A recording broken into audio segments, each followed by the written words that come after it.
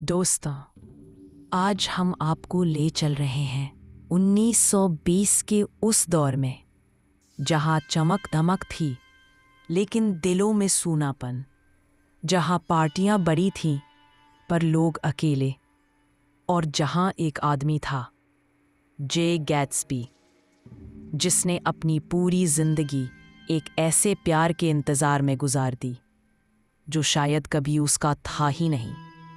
ये कहानी है सपनों की, टूटे हुए दिलों की, और उस अमेरिकन ड्रीम की जो हर चमक के पीछे एक साया लेकर चलता है। तो हेडफोन लगा लीजिए, क्योंकि आज की इस ऑडियो समरी में हम द ग्रेट गैट्सबी की दुनिया में गहराई से उतरेंगे और जानेंगे क्या होता है जब सपने हकीकत से टकराते हैं। 1922 का समय, अमेरिका में रोरिंग 20s का दौर, तेज संगीत, तेज गाड़ियाँ, फैशन, पैसे की चमक, हर जगह बस भागती हुई जिंदगी। और इस दौड़ते हुए शहर में आता है निक कैरोवे, जो ईस्ट एग के पास एक छोटे से घर में रहने लगता है। उसके बगल में है एक रहस्यमयी महल, जहाँ हर रात शोर शराबे वाली पार्टियाँ होती हैं, जिनमें आधे लोग बिना बुलाए आते हैं और बाकी लोग ये जाने बिना लौट जाते हैं कि पार्टी का असली मालिक कौन है। इस महल का मालिक है जे गैट्सबी, एक अमीर, रहस्यमयी और बेहद अकेला आदमी। गैट्सबी के बारे में अफवाहें हैं कि वो जासूस था, किसी को मारा है, या शायद उसकी दौलत चोरी की है, लेकिन सच्चाई कोई नहीं जानता। निक की कजिन डेजी ब्यूकैनन पास की एक हवेली में रहती है, अपने अमीर और अहंकारी हस्बैंड टॉम ब्यूकैनन के साथ। डेजी खूबसूरत है पर अंदर से टूटी हुई। टॉम ताकत और घमंड का प्रतीक है, और वो अपनी शादी के बावजूद एक औरत, मर्टल विल्सन, के साथ अफेयर में है।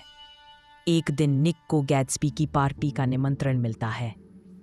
लाखों की रोशनी से घिरा हुआ वो महल, लोगों की हंसी, शराब, नाच, संगीत, लेकिन भीड़ के बीच सिर्फ एक इंसान अकेला खड़ा था, गैट्सबी। वो निक को देख मुस्कुराता है, मानो वो उसे वर्षों से जानता हो। धीरे धीरे पता चलता है कि गैट्सबी ने निक को सिर्फ इसलिए बुलाया क्योंकि गैट्सबी का अतीत डेजी से जुड़ा है। और फिर गैट्सबी अपने दिल का सबसे बड़ा राज खोलता है। मैंने ये सब, ये महल, ये दौलत, ये शान, सब सिर्फ डेजी के लिए बनाया है। 5 साल पहले गैट्सबी और डेजी एक दूसरे से प्यार करते थे, लेकिन गैट्सबी गरीब था और डेजी ने अमीर टॉम से शादी कर ली। गैट्सबी का सपना है कि डेजी लौट आए, सब कुछ फिर से शुरू हो, उन 5 सालों को मिटाया जा सके। निक दोनों की मुलाकात करवाता है। पहले पहल ऑकवर्ड खामोशी होती है, लेकिन जल्द ही पुराने जज्बात लौट आते हैं। गैट्सबी खुश है, उसे लगता है कि अब उसका सपना पूरा हो जाएगा, लेकिन गैट्सबी भूल चुका है कि जिंदगी पीछे नहीं जाती। टॉम को डेजी और गैट्सबी का रिश्ता पता चल जाता है।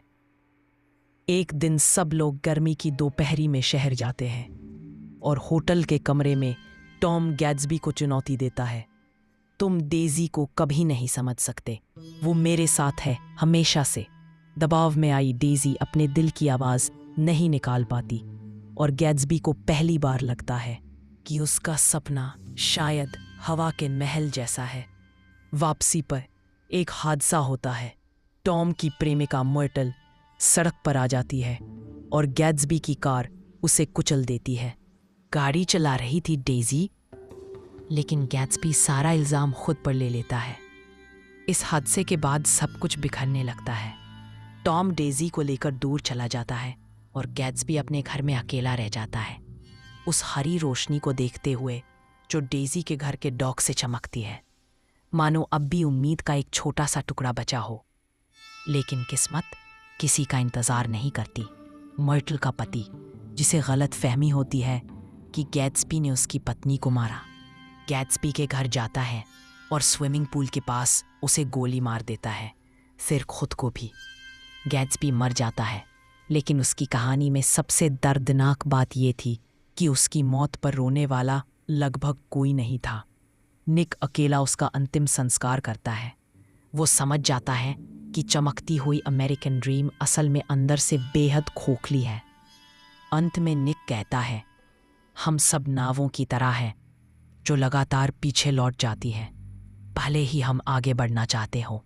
ये थी कहानी जे गैट्सबी की, एक ऐसे इंसान की जिसने पूरा जीवन एक सपने के पीछे दौड़ में गुजार दिया।